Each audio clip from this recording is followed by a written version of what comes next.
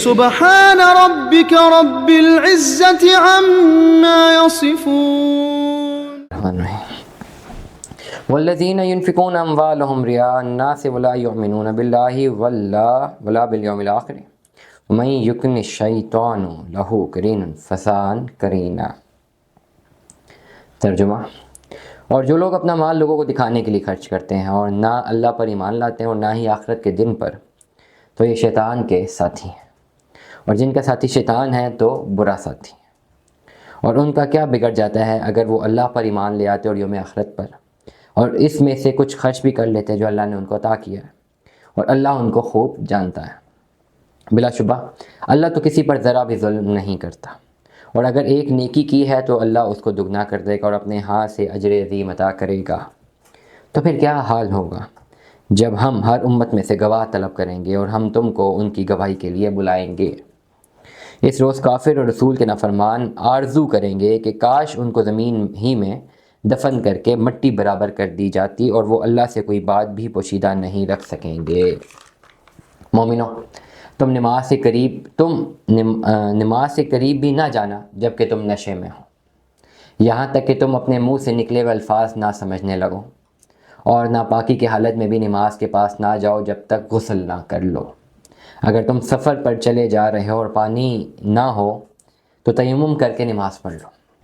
اور اگر تم بیمار ہو یا سفر میں ہو یا تم میں سے کوئی بیت الخلاء ہو کر آیا ہو یا تم اپنی عورت سے ہم بستر ہوئے ہو اور تم کو پانی نہ مل رہا ہو تو پاک مٹی لو اور منہ اور ہاتھوں کا مسح کر لو۔ یہ تیمم ہے۔ بلا شبہ اللہ تو بڑا معاف کرنے والا اور بڑا بخشنے والا۔ اس حوالے سے کافی زیادہ لوگوں کو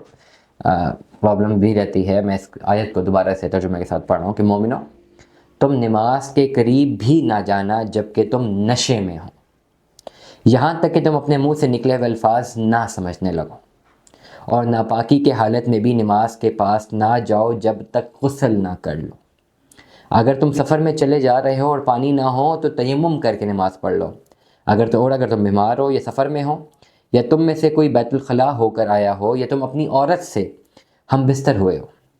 اور تم کو پانی نہ مل رہا ہو تو پاک مٹی لو اور منہ اور ہاتھوں کا مسح کر لو۔ یہ تیمم ہے۔ بلا شبہ اللہ تو بڑا معاف کرنے والا اور بڑا بخشنے والا ہے۔ کیا آپ نے ان لوگوں کو نہیں دیکھا جن کو کتاب کا ایک حصہ دیا گیا ہے، وہ گمراہی خرید رہے ہیں اور یہ چاہتے ہیں کہ تم بھی گمراہ ہو جاؤ، اور اللہ تو تمہارے دشمنوں کو خوب جانتا ہے، اور اللہ کافی ہے حمایتی ہے، اور اللہ کافی ہے مددگار۔ بعض یہودی کلمات کو ان کے مقامات سے ہٹا کر بدل دیتے ہیں اور کہتے ہیں کہ ہم نے سنا اور ہم نے نہیں مانا، اور سنیے اور سنوا دیے جاؤ، اور رانا کہتے ہیں اس طور پر کہ زبان کو مروڑ کر اور دین میں تان کی راہ سے اگر وہ یوں کہتے ہیں ہم نے سن لیا اور مان لیا، اور صرف اسما اور رانا کی جگہ انظرنا کہتے ہیں تو ان کے حق میں بہتر ہوتا، اور بات بھی بہت درست ہوتی، لیکن اللہ نے ان کو کفر کے سبب ان پر لعنت کر رکھی ہے، تو وہ ایمان نہیں لاتے مگر بہت ہی تھوڑے۔ اے اہل کتاب، تم ہماری نازل کی ہوئی کتاب پر ایمان لاؤ جو تمہاری کتاب کی تصدیق بھی کرتی ہے، اس سے پہلے کہ ہم بہت سے چہروں کو بگاڑ کر ان کی پیٹھ کی طرف پھیر دیں